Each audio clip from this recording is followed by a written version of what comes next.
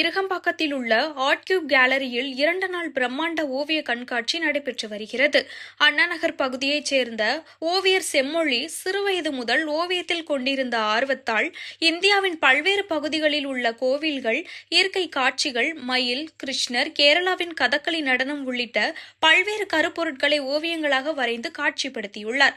ஒவ்வொரு ஓவியத்திற்கும் பொருத்தமான ஒளி அமைப்பும் செய்யப்பட்டு பார்வையாளர்களை கவரும் வகையில் கண்காட்சி அமைக்கப்பட்டுள்ளது. இந்த கண்காட்சிக்கு இந்தியா முழுவதும் விளம்பரம் செய்யப்பட்டுள்ள நிலையில் கலை ஆர்வலர்கள், பொதுமக்கள், சிறுவர்கள் மற்றும் செம்மொழியின் நண்பர்கள் திரளாக பங்கேற்றனர். விருகம்பாக்கம், கே நகர், கோயம்பேடு, அரும்பாக்கம், போரூர், ஆழ்வார் திருநகர், வடபழனி உள்ளிட்ட பகுதிகளில் இருந்து இன்று 200க்கும் மேற்பட்டோர் கண்காட்சியை பார்வையிட்டனர். காட்சிக்கு வைக்கப்பட்டுள்ள ஓவியங்களின் விலை ரூபாய் 25,000 முதல் ரூபாய் 50,000 வரை நிர்ணயிக்கப்பட்டுள்ளது. இதில் இன்று மட்டும் 9 ஓவியங்கள் விற்பனையாகின. இந்த கண்காட்சியை நடத்துவதில் தனது குடும்பத்தினர் பெரும் உறுதுணையாக இருப்பதாக ஓவியர் செம்மொழி தெரிவித்துள்ளார்.